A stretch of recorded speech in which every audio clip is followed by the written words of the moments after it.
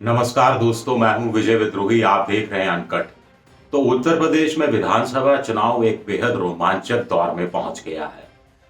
कांटे की लड़ाई है, कांटे का संघर्ष है। हो सकता है 10 मार्च को नतीजे आए तो पता चले कि बीजेपी 240-250 सीटों से आसानी से जीत गई और अखिलेश यादव की पार्टी 100-125 में झूलती रह गई। या इसका उलट भी हो सकता है, अखिलेश 240-250 सीटें ले आते हैं और बीजेपी 100-125 में झूलती हुई नजर आती है। ये कहानी 10 मार्च को ही असल में पता लगेगा, लेकिन फिलहाल तो पेंच उलझा हुआ है। फिलहाल तय ये है कि दोनों पार्टियों के गठबंधन तय है।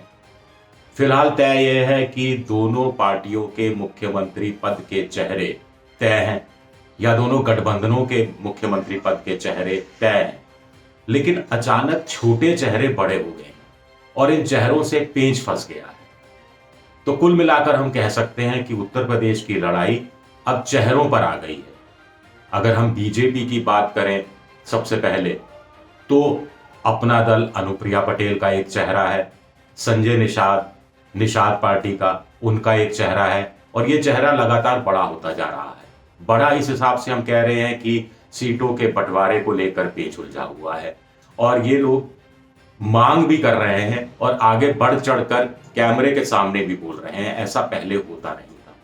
तो छोटे चेहरों को अपनी अहमियत पता है, और छोटे चेहरों के साथ जो छोटी जातियों के बड़े चेहरे हैं, उन जातियों को पता है कि हमारा ये सबसे बड़ा चेहरा है और हमारी पूरी अस्मिता इस चेहरे से जुड़ी हुई है, और इसे बड़ी पार्टियों के बड़े चेहरे भी समझ रहे हैं। बीजेपी की बात कर रहे थे हम, तो प्रधानमंत्री मोदी का चेहरा है, योगी आदित्यनाथ का चेहरा है, अमित शाह का चेहरा है, केशव प्रसाद मौर्य का चेहरा है, दिनेश चंद्र शर्मा का चेहरा है, लेकिन साथ ही साथ अनुप्रिया पटेल का चेहरा है, संजय निषाद का चेहरा है, और ये चेहरे बड़े हो गए। अब आप कहेंगे अनुप्रिया पटेल करीब 8-8.5 लाख ही तो वोट मिला था।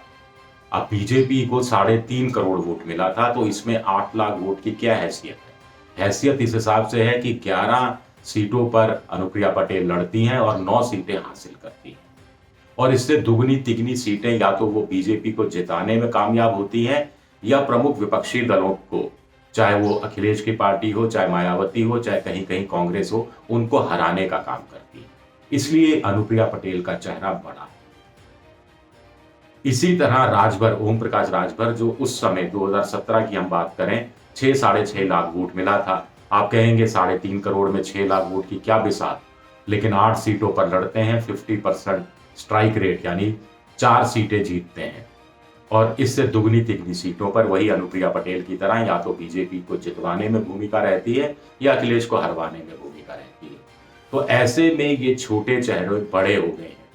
कहानी ये है कि गठबंधन तय है बीजेपी का, कहां तक वो जा सकते हैं ये तय है, कौन कौन सी जातियां उनको वोट देंगी, कौन कौन सी जाति या धर्म के लोग उन्हें वोट नहीं देंगे, ये तय है।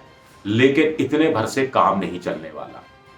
छोटी पार्टियों के चेहरों को बड़ा करना है, क्योंकि छोटी पार्टियों से जुड़ा हुआ जो मतदाता है, जो जातिगत अस्मिता को लेकर बहुत चिंतित है इस समय, उसको पूरी अहमियत देनी है।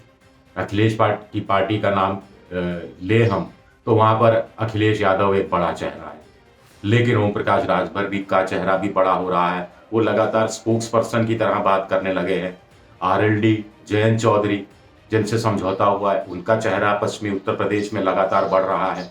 इस कदर बड़ा हो गया है कि जहां जहां एक ही सीट पर अखिलेश का उम्मीदवार और जयंत चौधरी का उम्मीदवार खड़ा हो गया है, वहां अखिलेश को मनाने में बड़ी दिक्कतें आ रही हैं।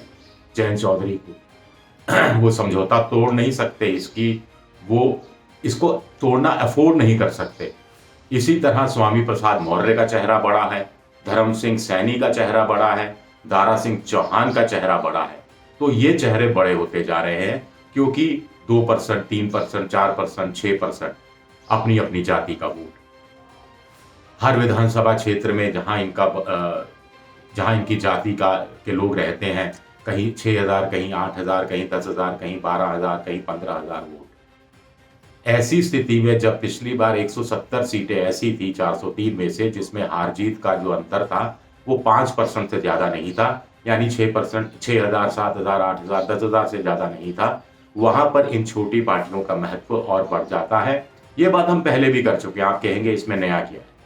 नया ये है कि छोटी पार्टियां या छोटी जातियां अपने चेहरे को आगे करना चाहती हैं, अपने चेहरे को झुकने नहीं देना चाहती, और ये चेहरे भी समझ रहे हैं कि उनका कद बीजेपी में मोदी और योगी के बराबर है और उनका कद अखिलेश यादव की पार्टी में अखिलेश के बराबर है।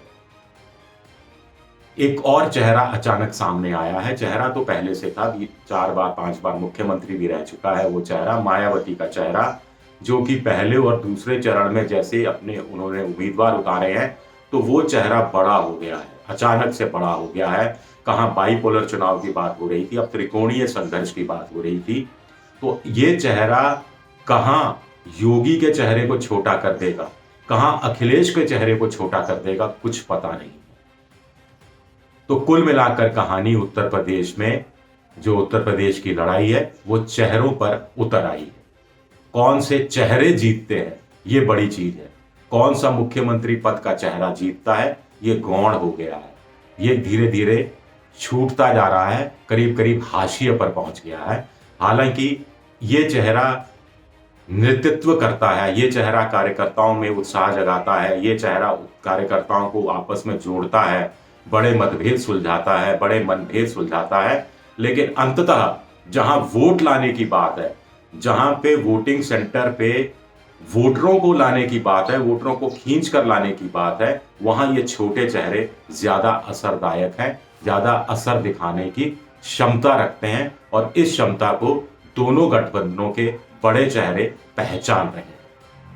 शुक्रिया।